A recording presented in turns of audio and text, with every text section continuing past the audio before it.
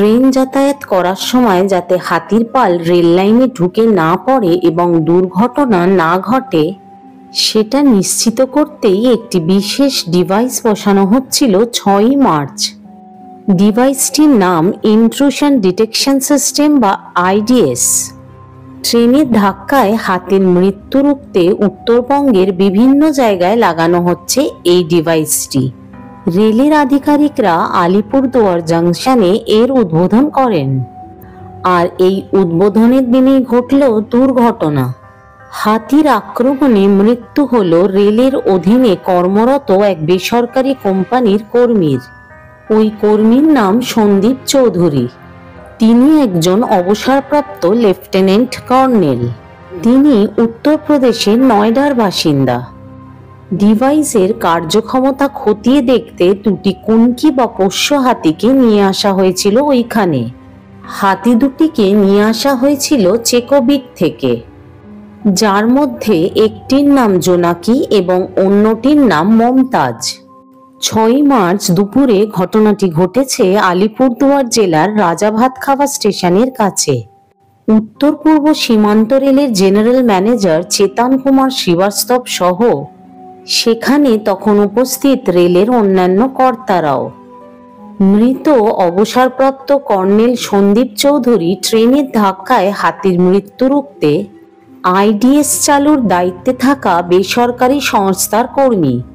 Rail কর্তারা জানান, rail লাইনের 20 মিটারের মধ্যে কোনো হাতি এলে আইডিএস এ ধরা পড়ার কথা। সীমান্ত রেলের মুখ্য জনসংযোগ আধিকারিক কপিঞ্জল কিশোর শর্মা পরে বলেন, ওনার কথায় বেসরকারি সংস্থার ওই কর্মী আচমকা হাতির খুব কাছে চলে যান। ডিভাইসটি পরীক্ষা করতে স্টেশনের কাছে মধু গাছতলায় যান রেল কর্তারা। রেল লাইনের পাশে একধারে রাখা হয়েছিল বক্সার দমনপুর রেঞ্জের চেকোবিটের কুনকি হাতি জোনাকি ও মমতাজকে। সেখানে কর্নেল সন্দীপ সহ বেসরকারি সংস্থার আরও 2-3 জন ছিলেন। 6ই মার্চ দুপুর 1:45 নাগাদ শিলিগুড়ি থেকে আলিপুরদুয়ার জংশনমুখী ট্যুরিস্ট স্পেশাল ভিস্তাডোম ট্রেনটি ওই লাইন দিয়ে ফিরছিল। ট্রেনটি আসতেই বছর 40-এর মাদি হাতি জোনাকি অবসরপ্রাপ্ত কর্নেল সন্দীপ চৌধুরীর ওপর হামলা করে। ধাক্কা দিয়ে তাকে মাটিতে ফেলে তাকে পিষে দেয়।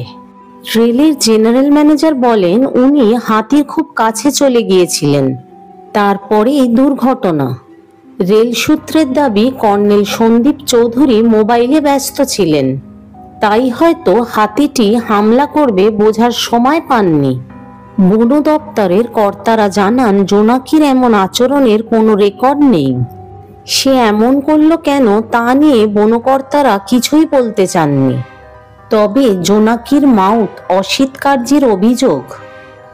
আমি বারবার সাবধান করা সত্ত্বেও ওই আধিকারিক আমার কথা কানে তোলেননি।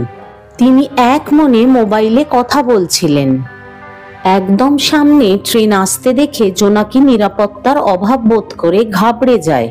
তাতেই ওই চরম বিপত্তি ঘটে যায়। আমি কিছুতেই হাতিকে নিয়ন্ত্রণ করার সময় পাইনি। হস্তি বিশেষজ্ঞ পার্বতী বড়ুয়া বলেন, ঘটনাস্থলে না থেকে কারণ বলা সম্ভব নয়।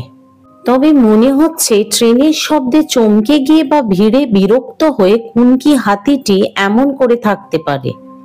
সেই দিন ওইখানে যন্ত্রের কার্যক্ষমতা খতিয়ে দেখতে উত্তর পূর্ব সীমান্ত রেলের জেনারেল ম্যানেজার, আলিপুরদুয়ার ডিভিশনের জেনারেল ম্যানেজার অমরজিৎ গৌতম সহ অন্যান্য আধিকারিকরা এমন ঘটনায় হতবাক হয়ে যান।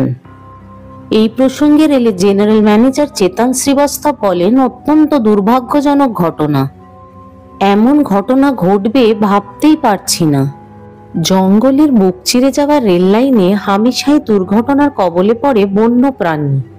মাঝে মাঝে হাতিসহ একাধিক বন্য প্রাণীর মৃত্যুর ঘটনাও ঘটে।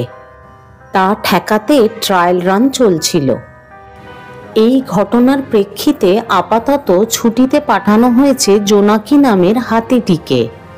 জানা গেছে পর্যবেক্ষণে রাখা হয়েছে জোনাকিকে। কেন এমন আচরণ করল সে তা বোঝার চেষ্টা করা হচ্ছে। এ প্রসঙ্গে বক্সা টাইগার রিজার্ভের পশ্চিম বিভাগের উপক্ষেত্র অধিকর্তা ডক্টর হরিকৃষ্ণন বলেন, আপাতত কুনকি হাতিকে পিলখানায় রেখে নজরদারি চালাচ্ছি।